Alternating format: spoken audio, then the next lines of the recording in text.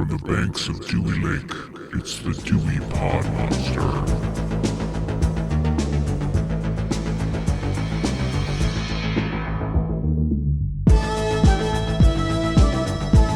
All right, welcome back. My name is John, and this is the Dewey Pod Monster Podcast. This is your second week of Crummy Movie March, and we are, of course, proud members of the You Run Podcast Network.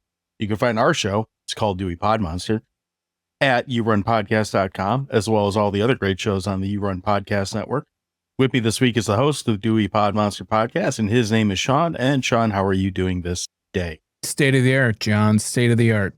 Yeah, I feel like you could pick a better quote for this movie. Although I'm not really sure what. Can't even go to the market without meeting some punks. We'll talk about that movie in a minute. What have you been watching it other than that movie? All right, so I'm going to start with probably the most obscure and then get to the least obscure. Maybe. I don't know. So I'll start off. I watched a documentary. Surprise, surprise. Hey, guess what? I watch documentaries every once in a while. This documentary is called I'm Almost Not Crazy, John Cassavetes, the Man and His Work. And this is a documentary from 1984, and it's about John Cassavetes. And it's mostly kind of showing behind the scenes of him directing this film called Love Streams that was done for Golan Globus, Canon. And it has his wife in it. We like them.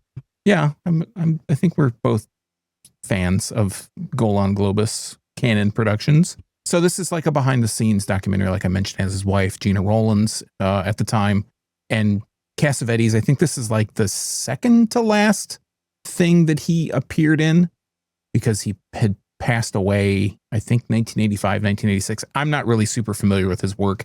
This movie, Love Streams, that he was filming was like Golan Globus was trying to, every once in a while they would try to do these like, high prestige style films. This one won a bunch of foreign film awards, and I don't know. It's interesting. I don't know. I know John Cassavetes. I know the name. I don't know much about his work.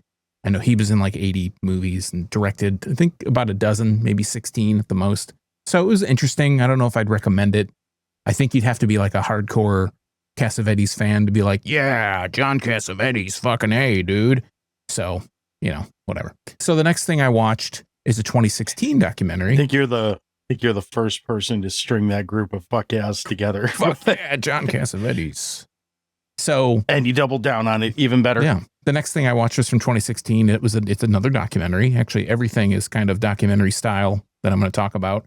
It is 2016. It was a CMT original, so it was shown on the Country Music television channel, and it's called Chicken People, and it follows a few different people. Mainly, I think, three main people but it's all about this whole culture around people who breed and raise chickens for poultry competitions.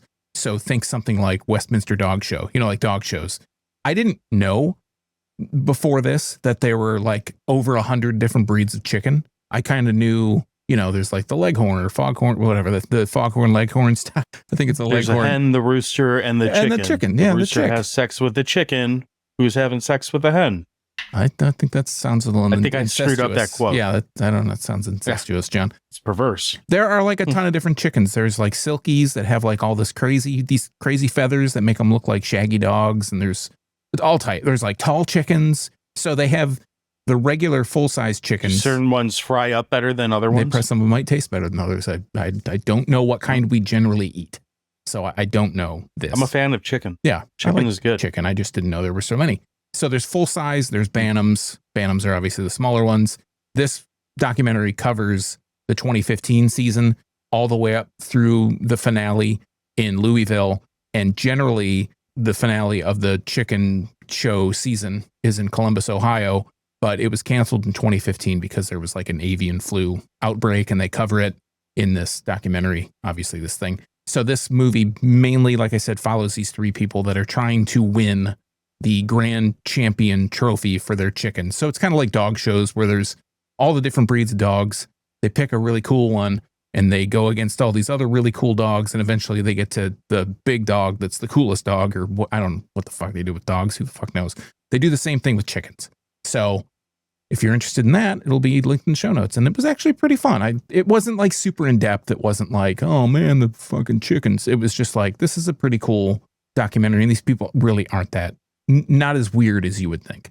I think the premise of the thing was like, these guys are so weird, they raise chickens. But it's like, they raise chickens. I mean, one of the guys had like, he could trace the lineage of all his chickens. He had it all like super cataloged and whatever. It was interesting. So the last thing I'm going to talk about, you're shaking your head. How do you prove, I guess, if someone questions the lineage of your chicken, do they do like DNA testing to prove who the rooster was or who the whatever? This sounds trivial and ridiculous, but yeah, I'm assuming most. Yeah. Now I'm an expert on chickens, John. So I know. Oh, well, thank Christ, one of us is. I know, really. They breed them together, like, you know, they'll have a male with these features that they like, and they will purposefully breed them with a female that they like, so they know pretty close of who the father was, who the mother was, because they have different traits that they're trying to mix together, right? And one guy, the guy that really can trace all the lineage of all of his chickens is like, this is number, you know, they don't really have names, but this is number 46, 48. You know, this is from his father was, you know, 41, 25. He's bred so like thousands of chickens. Not you. You're going to take the time to trace the genealogy of a fucking chicken, but you're not going to take the time to give it a name. Yeah, because you want it to win. When it wins, maybe you give it a name. Like the lady, I'm going to spoil it. One of the contestants doesn't win the super grand champion chicken, or doesn't have the grand champion chicken, but she has one that's like in the running, and it didn't have a name. And then when it got as far as it did, she's like, well, I guess I'll give it a name now. So, you know, it was Vicky.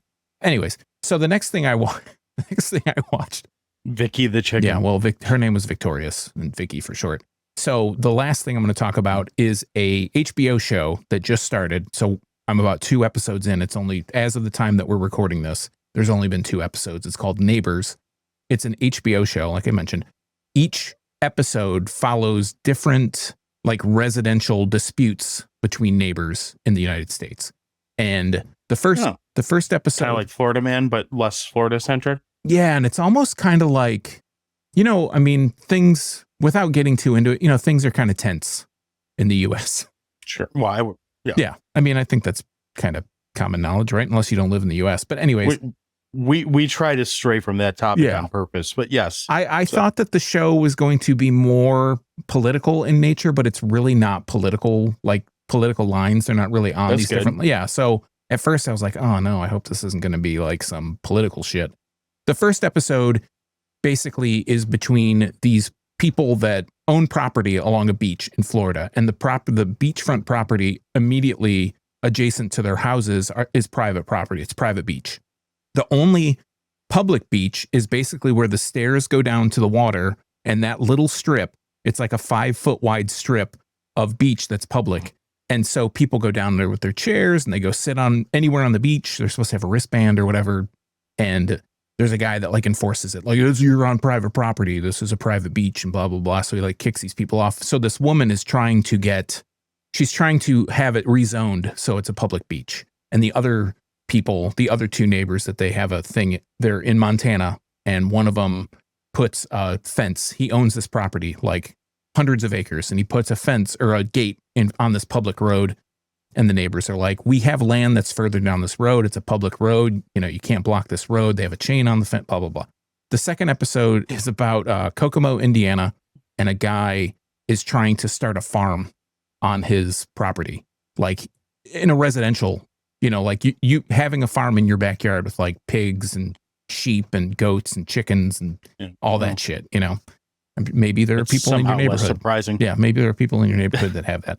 And then the other one is between the other neighbors that they focus on are in Philadelphia, and the woman feeds all these stray cats. And this guy next door that moved in 6 months previous is like, this is my first house. There's all these cats. Like, my daughter can't play in the front yard because there's all these cats. It's like, that doesn't really add up. But anyways, their dispute eventually goes to rabid cats attack her the second she goes outside. Hey, you never know. It goes to Judy Justice, which is the new show for Judge Judy. So it's an interesting show. I'm looking forward. It's you'll be happy to know it is an A24 produced show. So I'm looking forward to seeing how that next 4 episodes, it's only a 6-episode thing. So looking forward to seeing how that one works out. This is all nonfiction stories, it's all real right? people. It's not like, okay. I mean, it's like a reality show, essentially, except there's no competition. It sounds like it sounds like that show, what I think it was called It's Florida Man, just more global. Well, Florida Man they're dramatizations, and this is actually the people in their situation. Oh, okay. So you don't have like Tim Curry or whoever. No. These are the real people. That would be pretty interesting. In the midst of their disputes. I went to the top of the mountain to pick someone to play the guy Tim in Curry, Montana. Didn't I? Seems about right. So, maybe Olivier Gruner. Maybe he could be one of them. Why not? All right, John, that's what I watched. Tell us what you watched, please. So I'm kind of all over the place this week too. I'll start with the leftovers from last week. Do you know the name? What's this guy's name? Raymond Martino. Is he by chance one of the aliases of Jim Wynorski? I don't know. Maybe. I don't either, but I watched the movie To the Limit, which stars Anna Nicole Smith as an ex-CIA agent who basically runs around and whips her boobs out and occasionally shoots someone for about an hour and a half.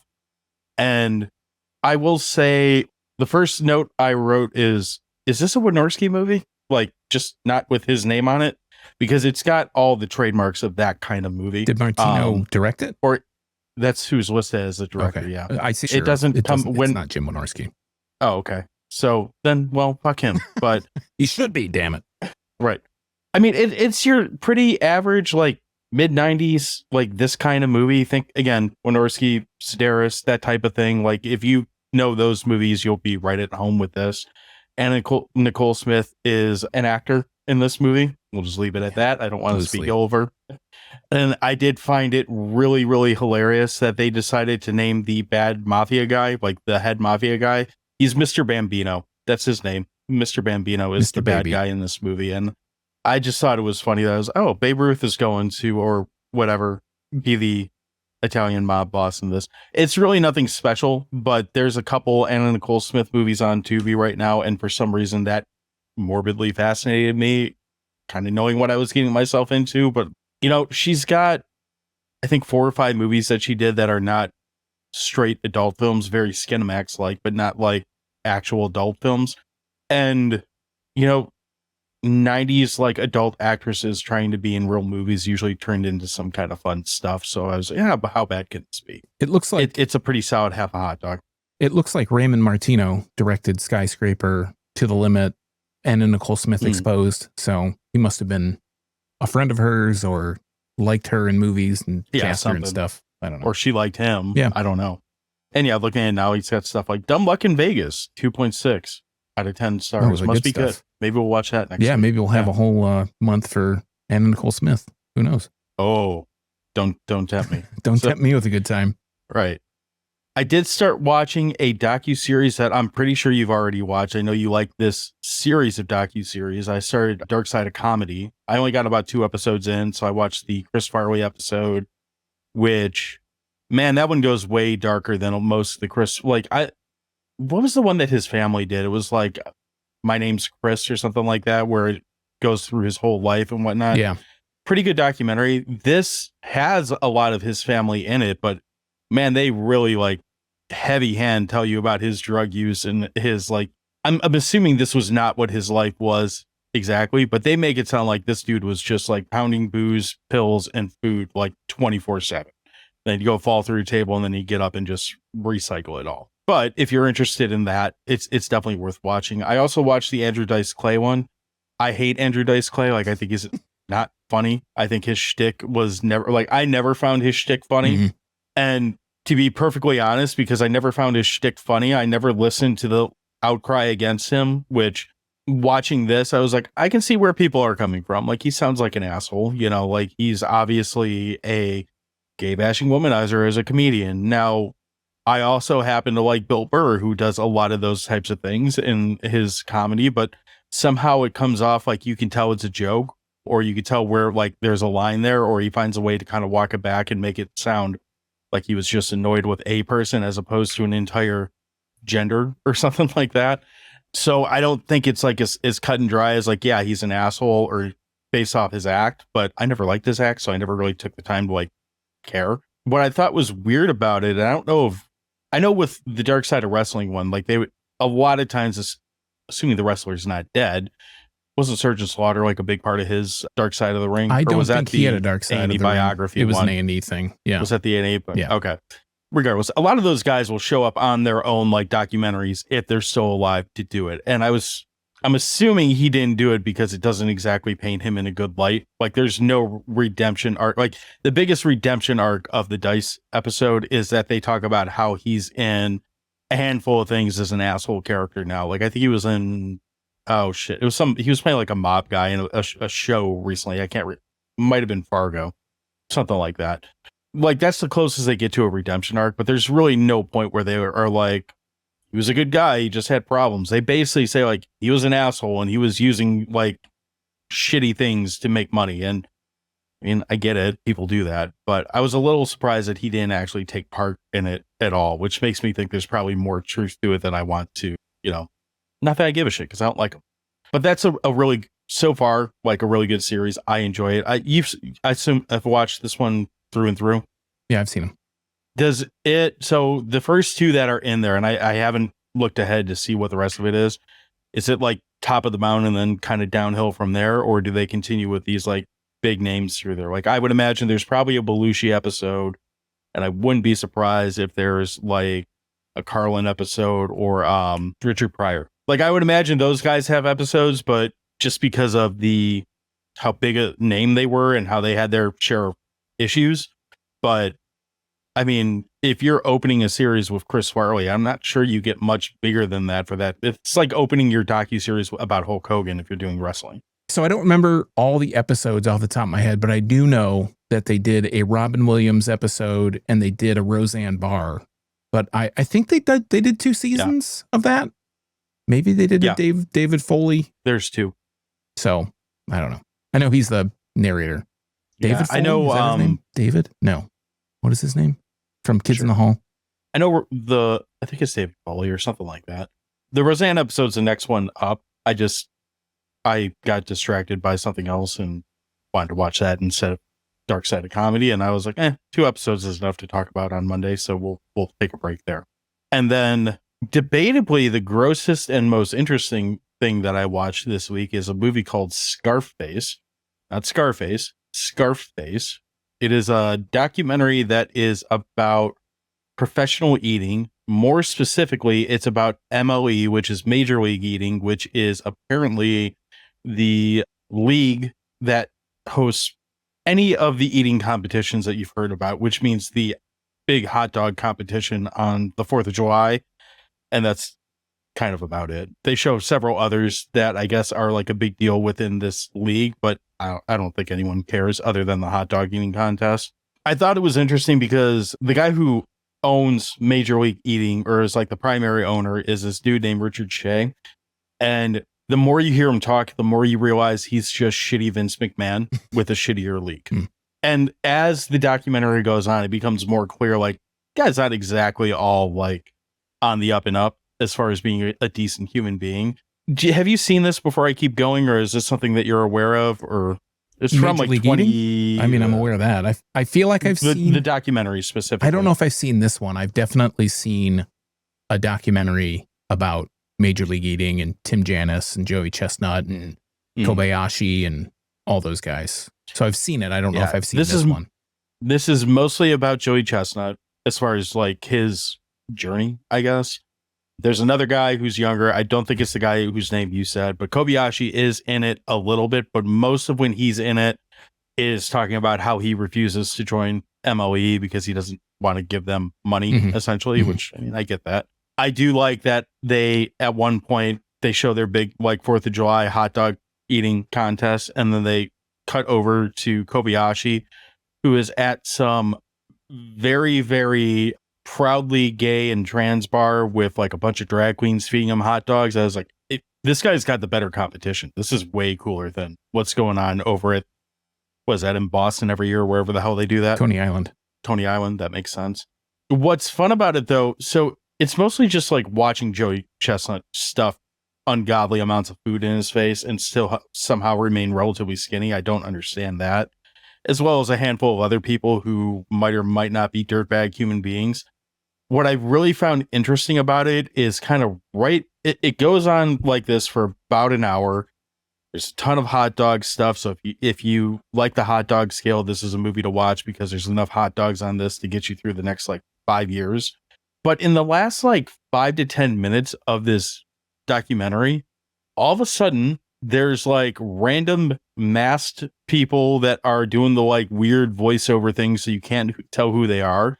And they're basically accusing Emily and this Richard Shea dude of some like massive conspiracy going all the way up to and including the president of the United States, claiming that the entire basis is that for the pride of the nation that Joey Chestnut or another white guy has to win the hot dog eating contest, and that it is in fact rigged for Joey Chestnut to be able to eat 20, 30 more hot dogs than whoever else is standing up there next to him, which might or might not be.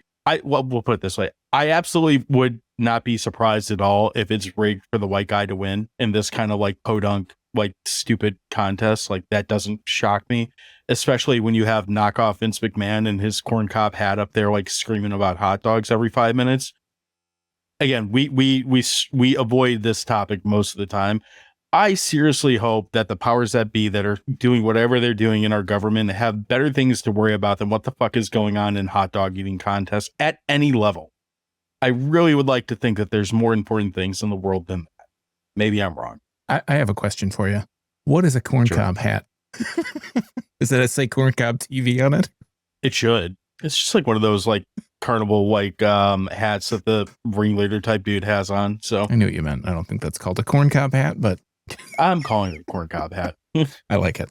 It's a good looking corncob. Yeah. So it's a big ass ear of corn. We'll go with that. Yeah. Well, you know, what else are you going to do with the corn? Make a pipe out of it? Make a bed out of it. Make a bed out of it. Sure. That's all I got though. I've mostly been watching the Olympics. So that's why you have a bunch of shorter things that I talked about this week, because I was like, well, the Olympics are distracting me. So that seems like a good time to kind of break here and kind of jump into Crummy Movie March, because I did watch Nemesis. I'm assuming you watched Nemesis. So is that what we were supposed to watch? Why don't we take a break and come back and shit. I almost watched the wrong thing this week. So maybe I did still. We'll find out. We'll find out. All right, we're going to come back and talk about Nemesis. We'll be back in just a minute.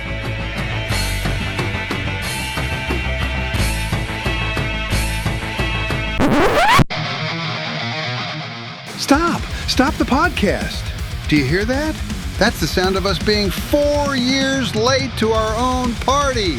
Relax. You're going to burst a blood vessel. It's just the Patreon launch.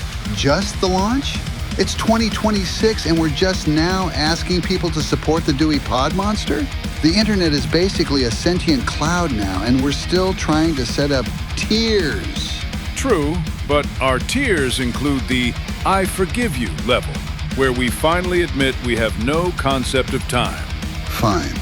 If you want to keep this monster alive and maybe buy me some Xanax, go to patreon.com/Dewey Podmonster. Do it now, before we discover what a TikTok is in 2035. We're so behind. Hey fam, Newman here from Movies for Days, your non-pretentious easy access movie chat podcast and weekly deep dive into any film from any genre, from any decade, with anybody's guess as to how we chose that movie that week. Proud member of the You Run Podcast Network. Check us out where all great podcasts can be heard, and on Twitter at Movies Days. Movies is spelled regular, Days is spelled with a Z. So we're back, and this week we are talking about the movie Nemesis. This is week 2 of Crummy Movie March, and if you didn't catch it last week, our theme this month is Terminator knockoffs. We're going to start with a third-party review, and this one is an anonymous review. It is off of Rotten Tomatoes, and this person says, badly scripted, badly acted, dreadful FX, some pointless nudity, lots of swearing, and a plot that makes no sense at any point. If you like explosions and bullets, you may be able to tolerate it. 1 out of 5 stars. I wasn't sure if it was like a good review or a bad review until I saw the stars. And then you knew 5 stars equals bad, 1 star equals good. Generally. So, Sean, what movie? Tell me more about Nemesis. All right, so for that we go over to Whatever this IMDb is. and we type in the word Nemesis, and it brings up a movie from 1992. It gets an R rating. It's 1 hour and 36 minutes. And it gets a 5.4 out of 10 with 7,600 reviews. And we go to the thing on the top. I'm never quite sure if it's a storyline or the plot, but they wouldn't put it on the top if you weren't supposed to read it first. So it says, Alex, a burned out LA cyborg cop, is forced by Commissioner Farnsworth to find his former cyborg partner and lover, Jared, who's about to deliver sensitive data to cyborg terrorists who wish to wage war against humans. Is he being played? And if we scroll on down to the other thing that we read, which says it's a storyline, so that means the other thing must have been the plot. Comes care of P. Wong, and you can find P. Wong at pwong@nt.net. And P. Wong says, in the future, chaos is rampant as information terrorists threaten to destroy order in society. Alex is a part man, part machine LAPD cop who is the best at what he does. When one of the terrorists calls him a machine, Alex questions his humanity and decides to leave the force. His final assignment is to apprehend an old colleague who has stolen some data. However, there is more than meets the eye, and Alex must question his allegiance. So I'll be upfront with you.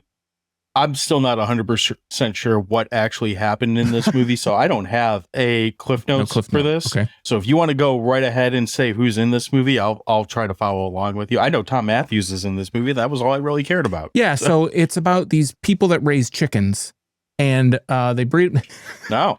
I mean, yeah. Let's get into the story. It might as well be. Let's get into the story as we get into it, because I don't have a cliff notes either. Did you want to go over who's in the movie? Yeah, let's talk about who's in the cast here. So we have Olivier Gruner, who plays Alex Rain. You may know him from Kumite or the Circuit movies. There's 3 of them. And Interceptor Force. We have Tim Thomerson, who plays Commissioner Sam Farnsworth. We talked about him in Near Dark. He's been in the Trancer series. He was in Iron Eagle. He was in Dollman and about 200 other films. You know him if you see him. We have Cary-Hiroyuki Tagawa, who plays Angie Liv. We talked about him in The Perfect Weapon, which was in our first Crummy movie March. He also played Shang Tsung in Mortal Kombat and Heihachi in Tekken. We have Yuji Okamoto. There's actually a lot of people in this movie. I'm going to keep going through them. We have Yoshihiro. He plays Yoshihiro Han. He was in The Karate Kid Part 2. He was in Inception. He was, of course, if he was in The Karate Kid, he was in Cobra Kai. We have Tom Matthews, who plays Marion. We talked about him in Return of the Living Dead, Friday the 13th Part 6, and Final Summer. He's been in a bunch of other stuff. We have Brian James, who plays Moritz. He was in Blade Runner, The Fifth Element, Nightmare at Noon, our favorite movie. Thomas Jane plays Billy Noon, who was in Boogie Nights, The Mist, and The Punisher. He was in the HBO show Hung. And then we have short appearances from our hot dog guy, Branscombe Richmond. That's right, as Mexican Man. We have Jackie Earl Haley, who's in the movie for like literally 30 seconds. And I wanted to mention this movie was directed by Albert Pyun, who did Cyborg 1 and 2. He directed Dollman. He did a 1990 Golan Globus Captain America. I hear there's a director's cut that his widow released because he's deceased, and you can buy it on Blu-ray. So that actually sounds like something I might actually pick up because it's his cut. It's like 2 hours long. Must be good. Oh, yeah. I do think that the majority of the actors in this movie that you just rattled off, I think most people aren't going to know these people by name. We do, though. But if you just, I think if you decide to that's where I'm going with this. If you decide to subject yourself to this movie, you're going to have a lot of like, oh, it's that guy from this thing. Like, there's a lot of that in this movie. And that brings us to this movie and whatever the fuck is going on with it. So, I mean, if I were going to try to break down the story, because like I said, I'm still not really sure what it is. Stymied. There's a lot of, when this movie is running and shooting, I'm moderately entertained. And then there's the other hour of this movie where I'm just listening to shitty dialogue and kind of perturbed. Yeah. I believe, so apparently Alex is a cop of some sort, which in fairness, I wasn't 100% sure about that until we started talking just now. LAPD. I did not look at this. They say LAPD a lot, but I'm never 100% sure if those are good guys, bad guys, or what the fuck's going on with it. It's played really weird. I will try to break it down from what I understood. Okay. So Alex, Olivier, I think that's how you say it. It's Oliver, Olivier, whatever. I'm going to call him Alex. Alex is an LAPD cop. At the beginning of the movie, he's chasing down terrorists. Basically, anybody that's a cyborg is a terrorist, and anybody that's a human is a good guy. So Alex is an LAPD cop. He gets injured in the line of duty. A year later, they like reconstruct him. He goes down to take out more terrorists in like Mexico or someplace, Baja, and he gets beat up again, and they reconstruct him again. And Tim Thomerson comes to be like, yo, we know that these people are terrorists and they're going to do some stuff and it's bad and you got to go stop them. And it happens to be your former partner, Jared, who is a woman, by the way. When you say like, oh, his former partner, Jared. Yeah, whatever. Cool. Yeah, I did a double take of that too. I'm like, I didn't remember there being a gay side story, but yeah, now I'm remembering that Jared is not. Jared appears on the screen like for 30 seconds in this movie. And then the rest of the movie takes place. Like a Game Boy. Yeah, basically. The rest of this movie takes place in Shanglu, which is a made up place in Indonesia.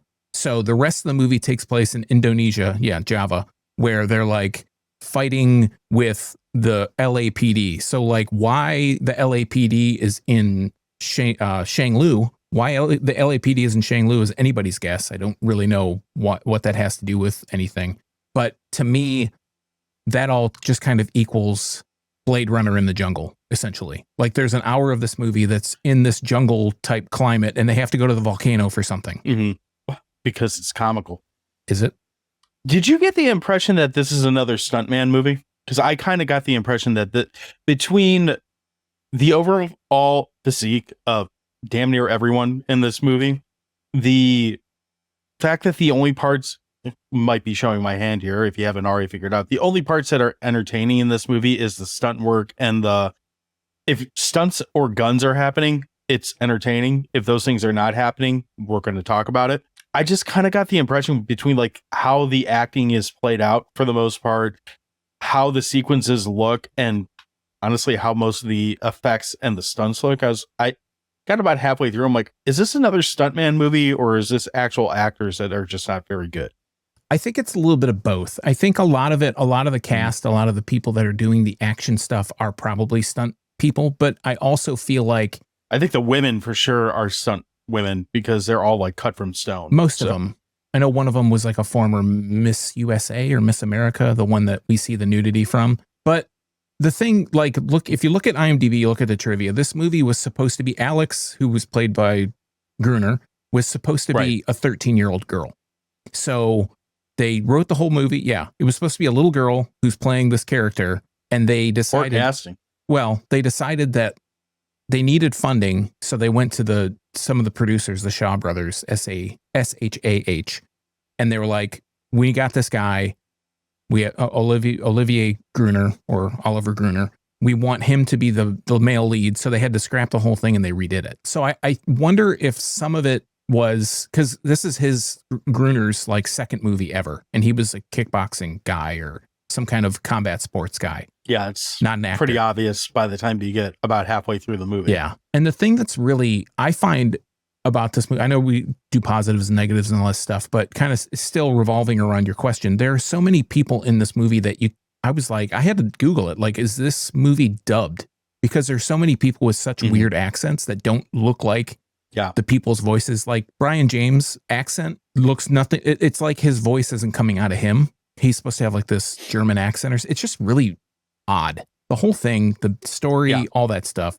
This is probably the first movie I think that we've gone into. We're like, this movie's just so weird. We can't even explain what's going on because the story's so all over the place. Well, I'm going to go ahead and just put it out there. Do it. And we can come back around to likes.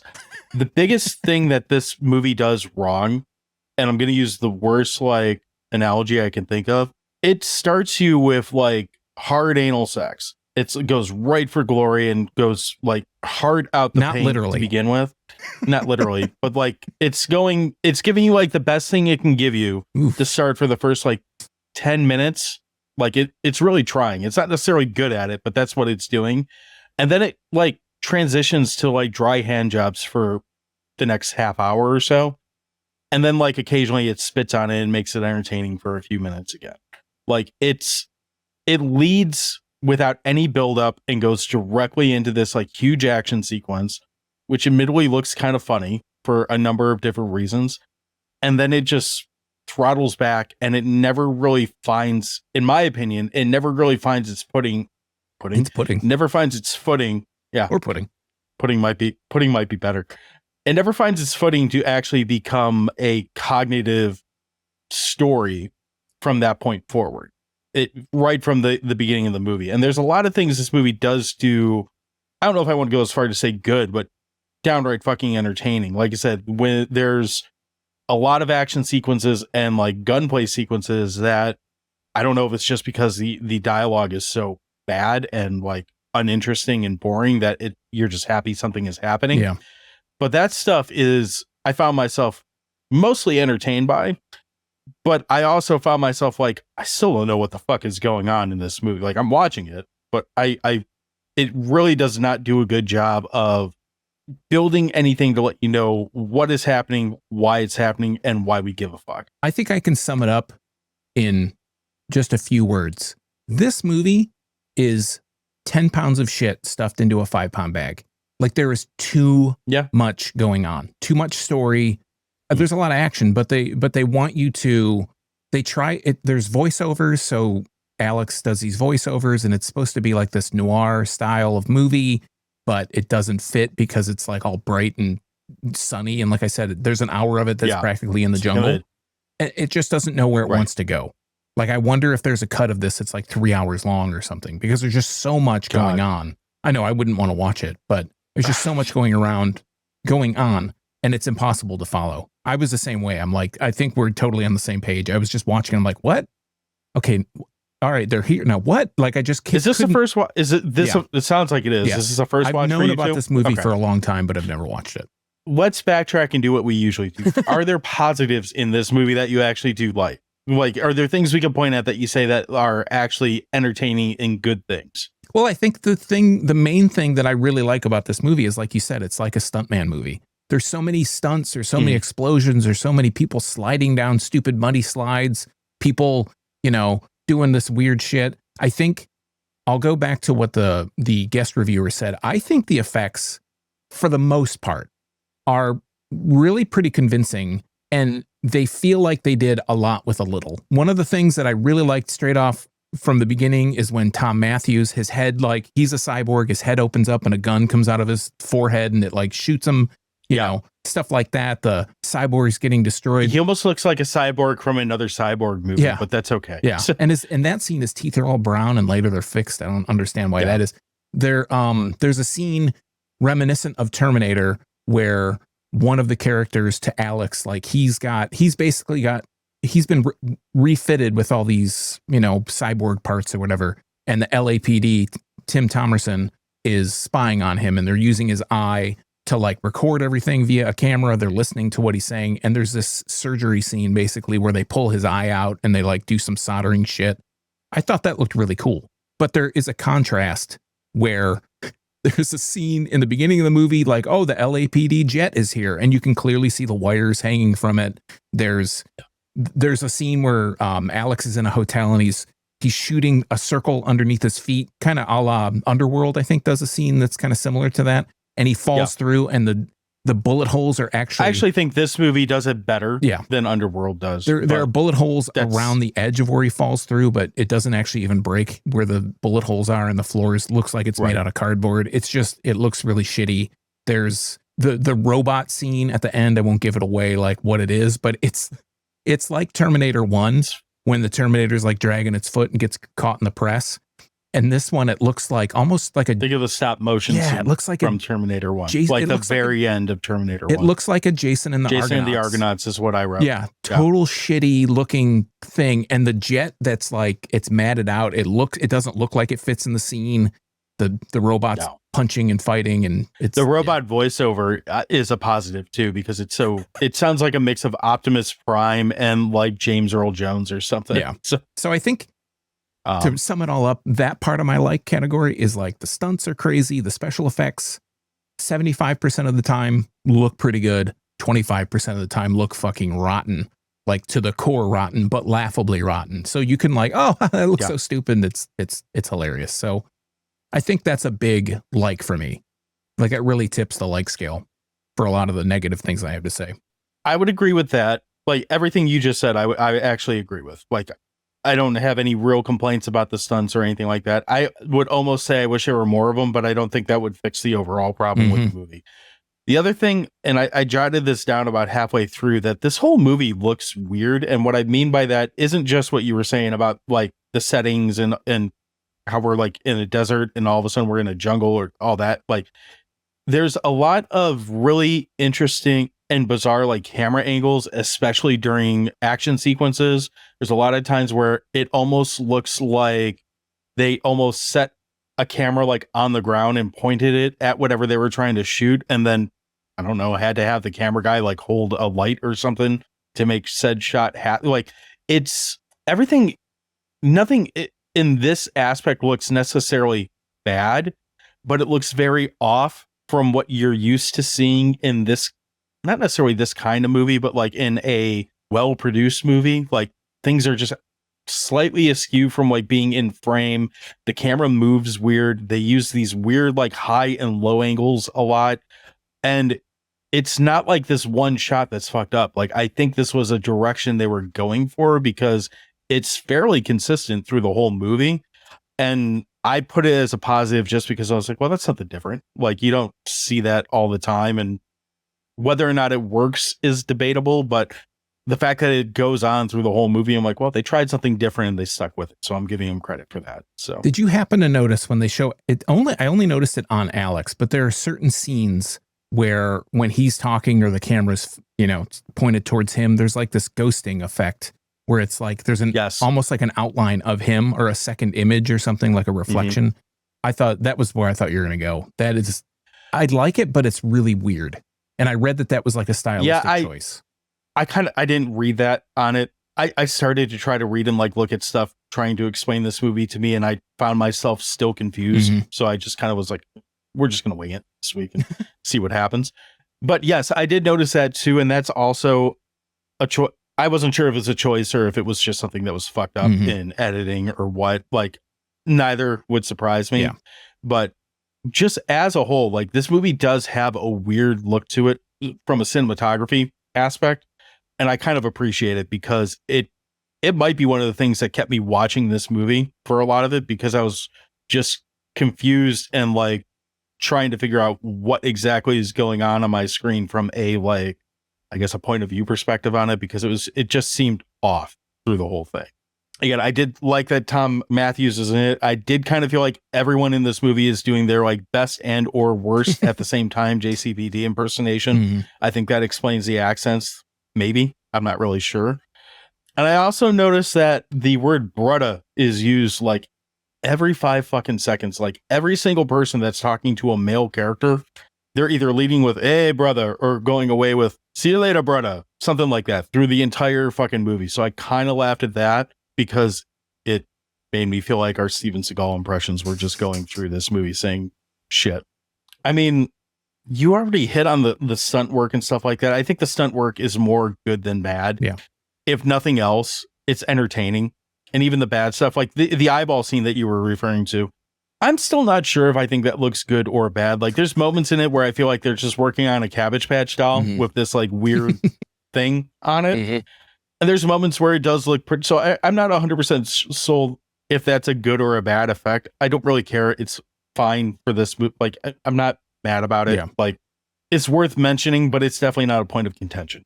I'm not really sure I have a whole lot of like big positives past that though. So do you want to kick us off with unloading on something on the negative side before I have a couple start more complaining about all the talking? I have a couple more positive style things. Most of it's like individual scenes. Passive style things. Yeah. Individual scenes. The thing I want to go back, Cary-Hiroyuki Tagawa, they're in, like I said, Java. That's Indonesia, right? So, but he's like a Hawaiian or something. He calls people Howley, and he like you said, Bretta. He's the big one. And then Tim Thomerson, when that whole scene happens, then he switches and he starts using that kind of weird slang for a totally hey, Bretta, unrelated area or whatever.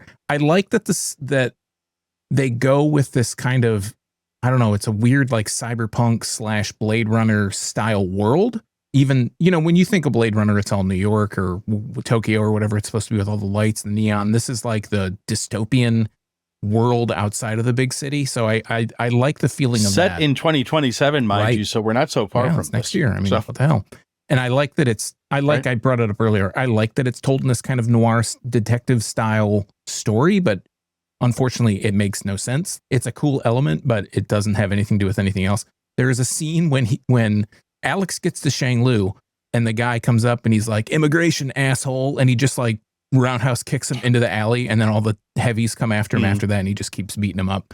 All the people in this movie are the most inaccurate shots of all time. Nobody can hit. You could be standing point blank in front of somebody and it shoots like next to them, like 5 feet away. It's just the worst. I like that Bo Svensson comes in the movie and he's one of the heavies. He's one of the, I don't know, anti-terrorist LAPD guys. And the old lady scene, there's an old lady who's like, she can. Oh yeah, that seems great. She can barely hold the gun, let alone the kickback almost knocks her on her ass like multiple times. And then she has some quote about like how it's, oh, this town's going to shit. I can't even go to the market. These punks and blah, blah, blah, blah.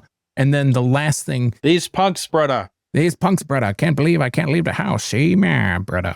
There's a scene where we meet a character called Max Impact, who does not look like a character that should be called Max Impact. And she's like, Alex, follow me. And then Alex proceeds to run in front of her. The rest of the time they're together, like, follow you. He doesn't even know where the fuck he's going. So yeah, I think it's perfectly fine to move into dislikes. I'll start off this, and we've talked about it. I mean, but it has to be restated. This movie jumps all over the place. It's like every time they jump to a new thing, Alex is getting his ass kicked. Like he gets his ass kicked so many times from so many different people. He's getting rebuilt like 3 times in the movie before the first 30 minutes. And then you're like, there's an hour left of this movie. What the fuck are they going to do? Like I would have thought in the first 30 minutes, they would have told me and I would have been sure of what the story was.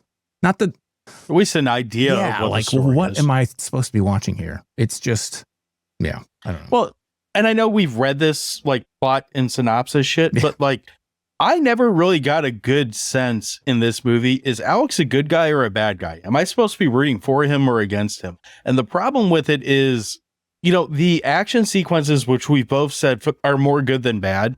They feel like this movie is like ADD personified. It's like bang, bang, bang, really boring, uninteresting dialogue. Oh shit, this is getting boring. Bang, bang, bang, bang. Here's a boob. Boring dialogue. Bang, bang, bang, bang, bang. The dialogue that's in it, you could almost forgive the accents if the dialogue went anywhere. Yeah. But it doesn't. It's almost like basically they're like LAPD, cyborg, and that's it for long periods of time. And then maybe they walk into a shitty room and start talking mumbly for a little. Like there's no point in this movie where any of that dialogue, like I don't even know if the story pays off or not. Maybe it does. I have no fucking clue because I have no real idea of what the fuck was happening other than someone's a bad guy, someone's a good guy, and they're all beating up this dude named Alex. Yeah, as soon as the movie was over, I instantly forgot pretty much 99% of anything that was said. So it's, you're not invested at all watching this because it doesn't make a damn lick of sense. And that's the thing, like I was even looking online to be like, okay, what's the common consensus? I know that this isn't like a mainstream People movie. seem to like it more than the thing. They're like, oh, this is like an uncovered, like not uncovered gem, but yeah, essentially it's a hidden gem. It's like, is it though? How do you? I don't consider myself to be stupid, but I don't know what the fuck's going on. I consider myself to be stupid, and I don't know what was going on. But like, not that the two are a good comparison piece, but like, I'd rather watch last week's movie. Was it something dark? Terminator 2. I don't know why I can't remember that. Yeah, Terminator 2. Yeah. I would definitely rather watch Terminator 2. I can't ever remember the name of that fucking movie. Shocking Dark. At least with Shocking Dark, we've criticized that movie for having shitty dialogue and bare minimum plot, if anything. I was at no point in that movie was like, I always knew what was going on. It wasn't told well. It wasn't portrayed in the best way. Yeah. There was a lot of screaming that didn't make sense, but that movie, Sarah, that movie had enough of what was supposed to be happening in it. Even if they were just like, one person clearly says, we're going to run to the other end of this power plant. And that's the next hour of the movie. Well, they told us what they're doing and now they're doing it. I'm not lost. at no point in this movie did I feel like I really had an idea of what the fuck was supposed to be going on. Like you, I am an idiot, but like you, like I think I can usually at least figure out a movie, if not during the movie, like fairly quickly after the movie, like, oh, okay. If this part A goes into part B, here we go. So if there was a test that was given to you about this movie afterwards, I would have failed spectacularly because I don't know. I don't, like you said, I mean, I'm thinking my answer would have been Tom Matthews over and over again, or maybe dude from Invasion USA that shoots people in the dick. You might have got a point. It's impenetrable because it's so clumsily told and just there's too much. There's too much story for not enough substance. There's too much and not enough all at the same time, which is probably what the tagline for this movie should be, like on both the good and the bad. Too much and not enough. Yeah. So maybe that's what the tagline is. I don't know. I think the tagline says something about like aliens or some bullshit. So, quote, aliens or some bullshit, end quote. In the future, it pays to be more than human. That's the Rob tagline. Zombie. All right. Great. Well, now I like it less because you've related it to Rob fucking Zombie. I didn't even mention my least favorite part of this movie. Well, I think we're going to wrap up here soon because it's going to end up being a shit fest. Well, so what's your least favorite or favorite? Or let's just fire up the grill. I'll just throw it in there. They're for a big treat, bro. Because it's hot dog time. Yeah, I'm not giving it a hot dog. Oof. Like I was on the fence about this all week. Well, not all week, like the last 2 days, because I couldn't sleep, but not because of this. The more we talk about it, the more I just feel like it's just too much and not enough is the best way to describe this movie. Again, they shot a dog in this movie. I don't like that. So that loses points right there. So you really have to try hard to overcome that for me. I know Sean probably doesn't care about that. Just think if they bounced a basketball next to it. Jesus Christ. Well, it's just, there's not enough good to overcome the bad in this. And to be honest, if I just want to watch explosions and boobs and gunfights, there's a lot of better movies I can do that with. So if the hot dog scale is supposed to be, would you recommend this for another person to watch? I probably wouldn't, because it'd have to be a very specific person who knows what kind of shit they're getting into. And you've already watched this movie. So I don't know who I'm going to tell to watch this movie at this point. I guess that means you're done. Whose hot dog is this? Huh? Is it yours? Yeah. Okay, cool. So I'm going to say Nemesis is another movie. It's got the spirit. It's the grit of Crummy Movie March right here. In this case, it looks great for the most part, but it doesn't make a goddamn bit of sense whatsoever. I think it's like most of Albert Pyun's other movies. He makes a lot. He always makes a lot out of very little, but it always comes across as kind of hack. And this movie's, it really is no different. There's too much story in too small of a bag. You know, like I said, 10 pounds of shit in a 5-pound bag. It's overflowing at the seams. It's busting. You don't know what the fuck's actually going on. People get crossed. They get double crossed. They get triple crossed the whole time. You're just left there with your dick in your hand. You don't know what's going on, who the people are, why they're doing what they're doing. Why the fuck should we care? And I think that's really like the biggest cardinal sin of this movie is just you don't give a fuck about anything that happens. If you're looking for a movie that has a lot of action, lots of stuntmen like jumping off of trampolines or whatever, shit blowing up all over the place, you don't care about the story. This film has got a lot of really cool stunt elements. Special effects are generally pretty good. Some of them are laughably bad. But if you actually like knowing what's going on in a movie, then you want to skip this one.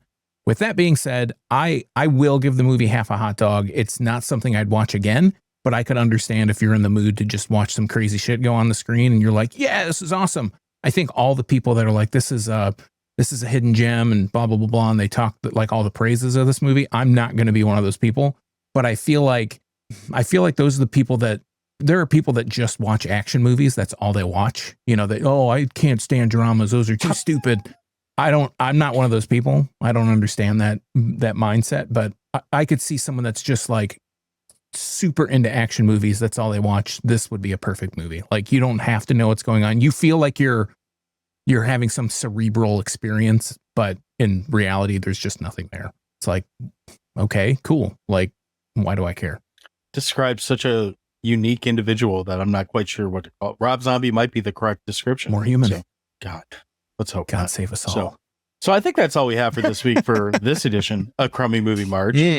because I'm kind of out of things to say. I'm just going to start repeating myself more so. If you would like to listen to our other Crummy Movie March episodes, whether it's from this year or previous years, you can find all of our episodes on Spotify, iTunes, whatever podcast platform you want to do.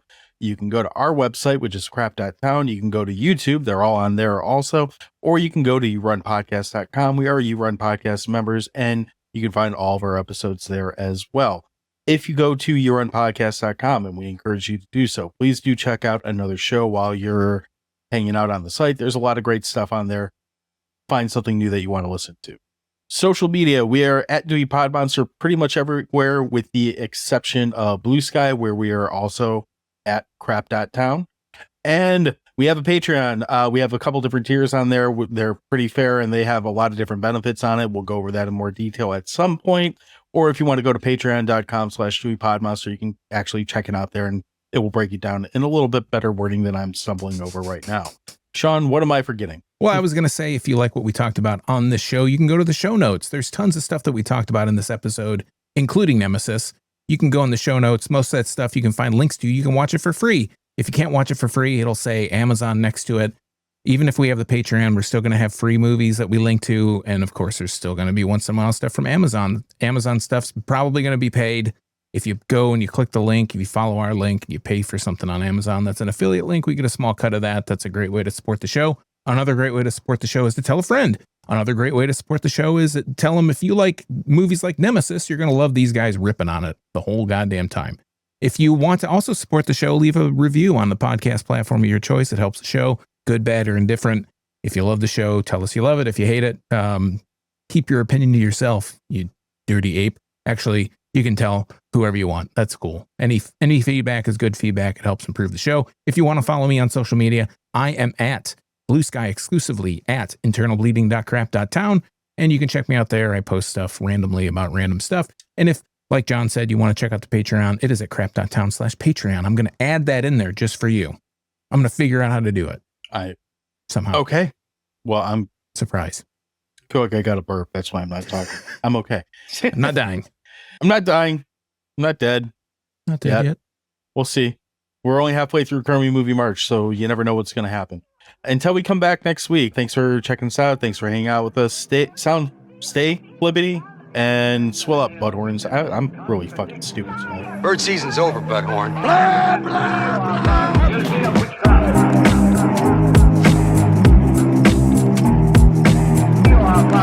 blah.